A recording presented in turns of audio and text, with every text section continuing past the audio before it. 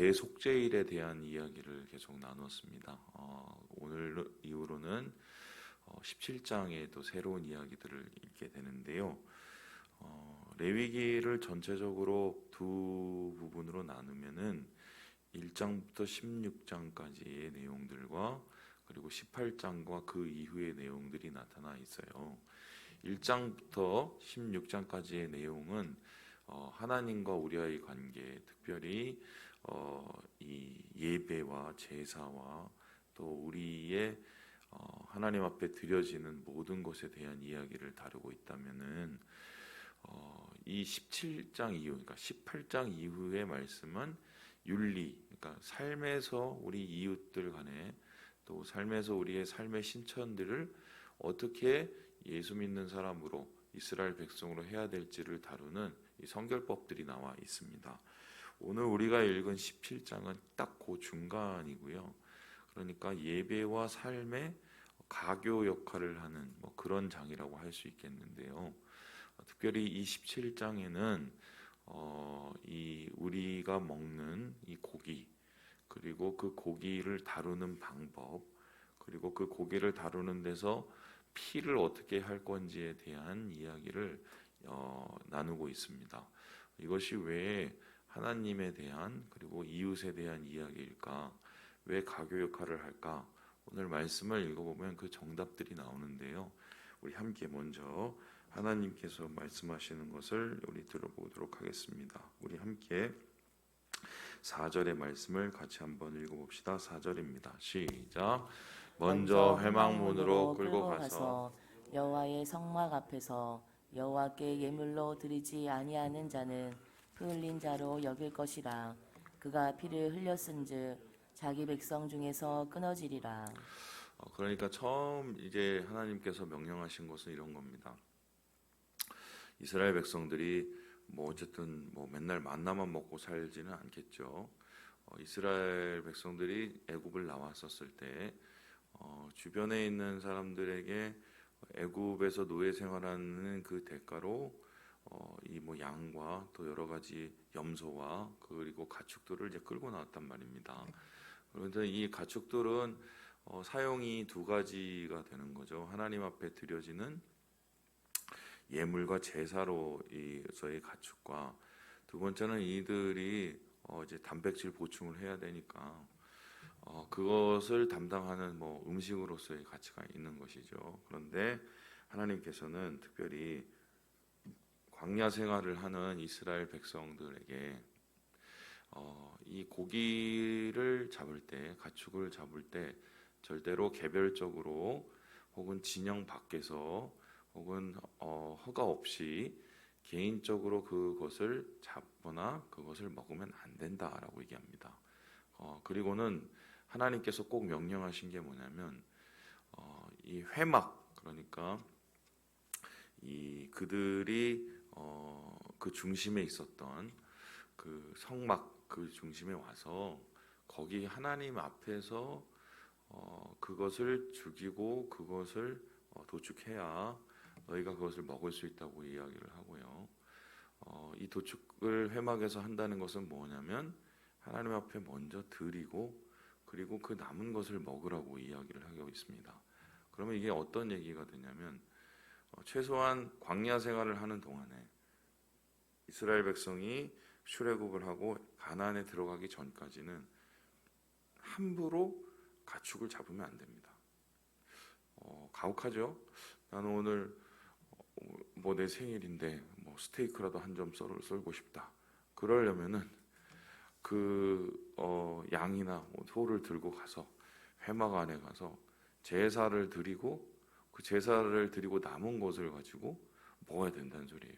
그러면 여기서 말하는 제사는 아마 화목제가 되겠죠. 그러니까 하나님 앞에 그 중심, 그러니까 이 내장이나 꼬리 이런 걸 드리고 나서 남은 것을 서로 이렇게 나눠 먹는 이 화목제가 될 텐데, 이 화목제가 아니고서는 고기를 먹지 마라. 하나님께서 주어진 그 양식 외에는 그것을 먹지 마라라고 하는 좀 가혹한 처사를 하고 있는 것입니다. 자, 그렇다면은 함부로 보면 육식을 못하게 만드는 거, 뭐 어떤 뭐 예전에 그 이상구 박사인가요? 그분이 얘기하셨던 것처럼 육식은 하나님이 원하지 않으시는 것일까? 그래서 하나님께서 채식을 하라고 이렇게 어려운 규제를 만들어 놓은 것인가? 지금 뭐 이번 정부 들어와서 규제를 푼다고 얘기하는데 아마 이런 고기에 대한 규제가 있으면 아마 제일 먼저 풀려고 하지 않겠습니까? 그런데 왜 이렇게 하나님께서 이것을 까탈스럽게 만드셔서 제대로 먹는 것조차 먹지 못하도록 하셨을까? 여기에는 말씀을 읽어보면 세 가지의 이유가 있어요. 그 첫 번째 이유는 무엇입니까? 우리 함께 7절의 말씀을 같이 한번 읽어보도록 합시다. 7절입니다. 시작. 그들은 전에 음란하게 섬기던 숫 염소에게 다시 제사하지 말 것이니라. 이는 그들이 대대로 지킬 영원한 규례니라. 첫 번째는 뭐냐면 숫염소 귀신 때문에 그렇습니다. 이 숫염소 귀신이란 게 뭐냐면은 이게 광야의 일종의 신처럼 여겨지던 게 있었어요. 그러니까 광야에서 자신이 보호를 받거나 아니면 이 광야길을 편하게 가거나 아니면 광야 생활 동안에 뭔가 자기에게 도움이 되는 이것을 위해서 사람들이 특별히 하나님이 없는 사람들이 섬겼던 것이 바로 이 숫염소 귀신입니다. 그러면 이 숫염소 귀신은 광야를 주름잡는 이방신이요. 그리고 광야의 한마디로 무속신앙인데요. 이 광야에서 있으면서 이스라엘 백성 안에 잡족들이 있었단 말입니다. 그 잡족이라는 것은 정통 이스라엘 사람이 아니라 소위 말해서 이렇게 저렇게 얽혀서 이 같이 출애굽을 떠났던 이 사람들이죠. 그 사람들 안에는 아직 해결되지 않은 신앙의 모습들이 있단 말이죠.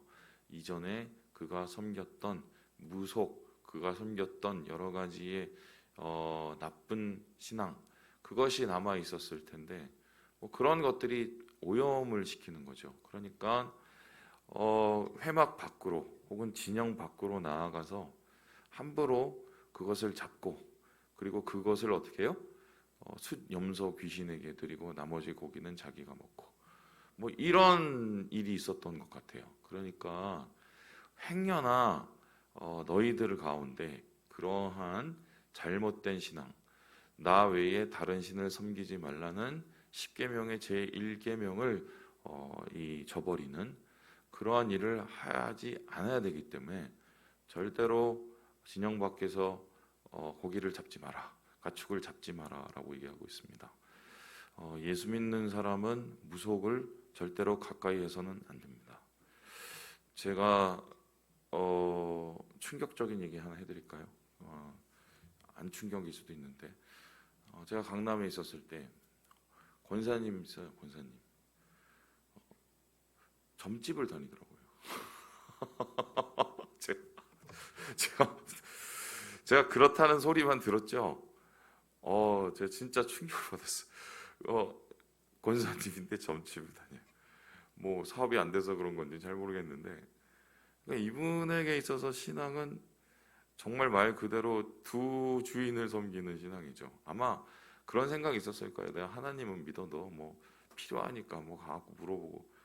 여러분 이러한 생각들, 양립하는 두 가지의 생각, 두 가지의 나눠진 마음들, 이거는 하나님이 극히 경멸하시는 행위들이죠.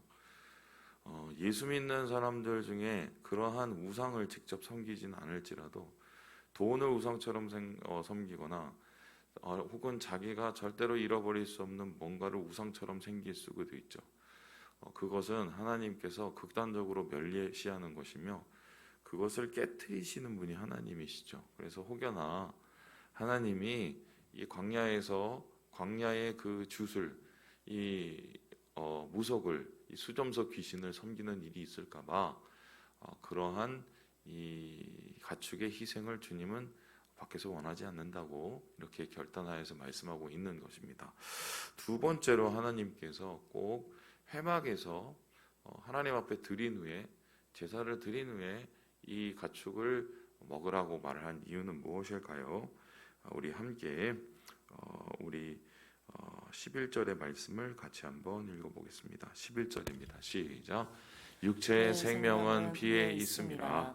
내가 이 피를 너희에게 주어 제단에 뿌려 너희의 생명을 위하여 속죄하게 하였나니 생명이 피에 있으므로 피가 죄를 속하느니라. 두 번째는 뭐냐면 피 때문입니다. 그러니까 첫 번째는 이 수점소 귀신 때문이었다면 두 번째는 그 피를 이 진영 밖에서 잡으면서 먹을까봐 했어요.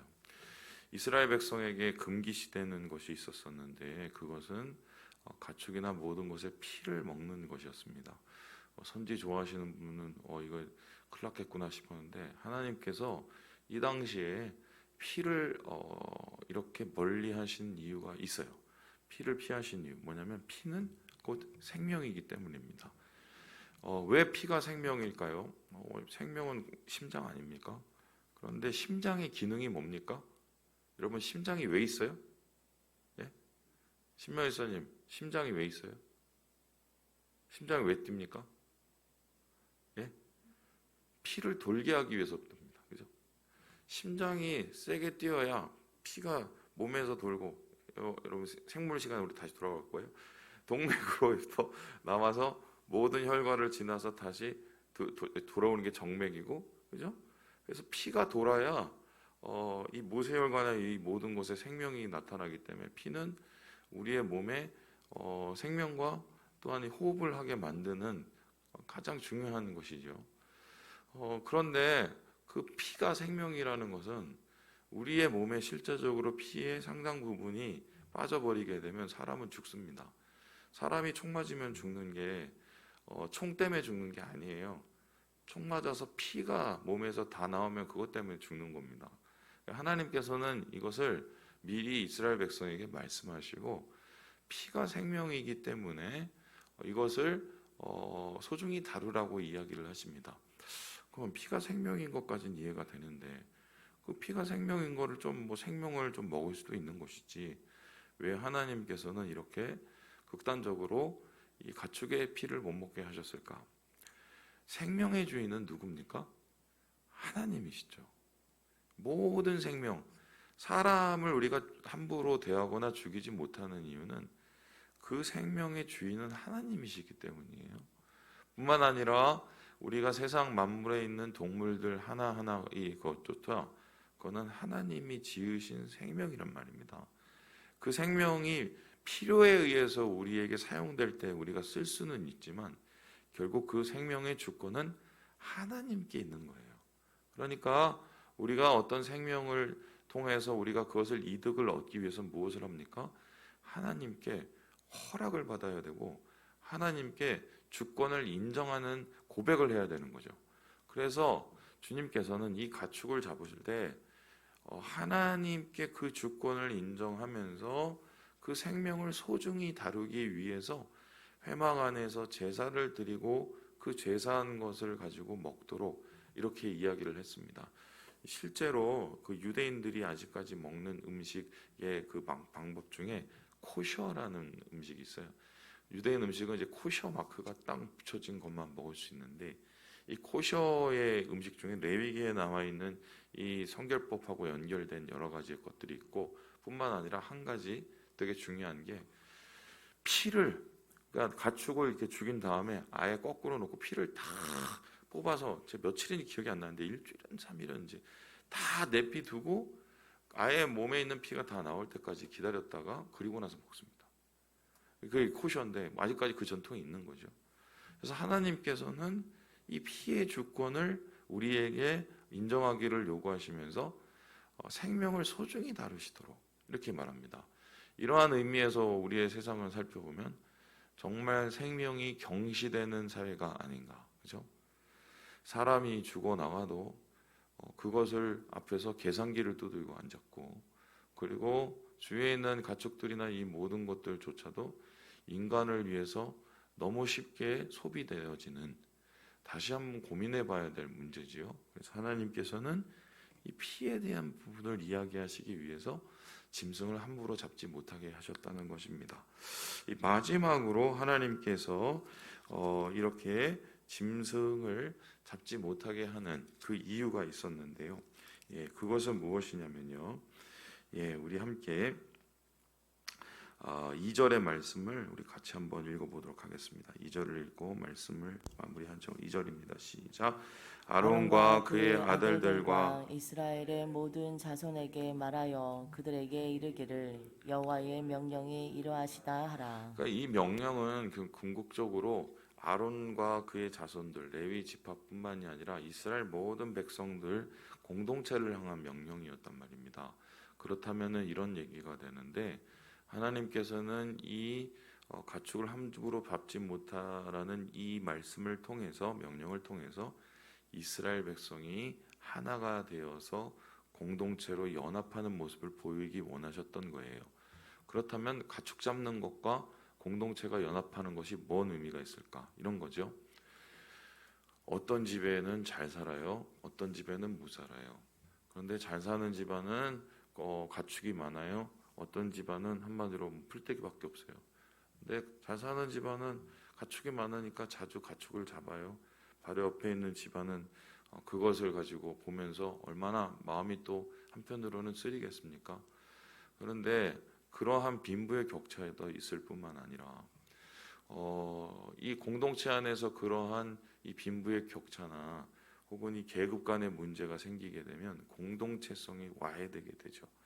그러니까 하나님 안에서 최소한 광야 생활만큼은 이스라엘 백성이 하나 되기를 원하셨던 거예요. 여러분, 가장 하나가 되기 좋은 방법이 뭡니까? 식구가 되는 겁니다. 식구는 뭐죠? 같이 밥상에 앉아서 같이 밥 먹으면 그게 식구죠. 식구. 그런데 이스라엘 백성들이 특별히 이 특별한 음식인 짐승을 잡을 때 화목제를 드리게 했단 말입니다. 근데 그 화목제의 규례가 뭐냐면 소를 잡든지 양을 잡든지 하나님께 드려야 될 이 중심을 드리고 나서 나머지 부분을 어떻게 하느냐, 그 다음 날까지 이틀 동안 다 소비를 해야 돼요. 그러면 예를 들어서 양을 한 마리 잡았다고 생각을 해봅시다. 큰 양이에요. 이거 혼자 다 먹을 수 있어요, 없어요? 못 먹죠. 그럼 어떡합니까? 그 다음 날까지 소비를 못하면 이게 다 불에 태워져야 되거든요. 어떻게 해요? 자기 이웃들 다 불러야 돼요. 그러면은 가축을 잡는 날은 무슨 날이 됩니까? 화목제를 드리는 날은 잔치가 돼요. 혼자 먹고 혼자 잘 사는 게 아니라 함께 그것을 나누고 함께 그것을 통해서 기쁨을 누리고 교회가 되라는 거죠. 결국 하나님께서 이렇게 특별히 가축을 잡을 때 이런 화목제를 원하시는 것은 결과적으로 이스라엘 백성의 하나됨, 이스라엘 백성이 주님 안에서 한 가족이 됨을 원하셨기 때문이에요.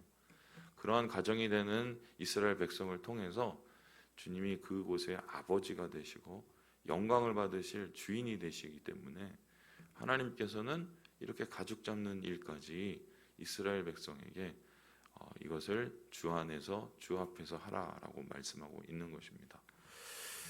예수 믿는 사람들, 한국 교인들이 기도하고 축복받는 것은 참 좋아합니다.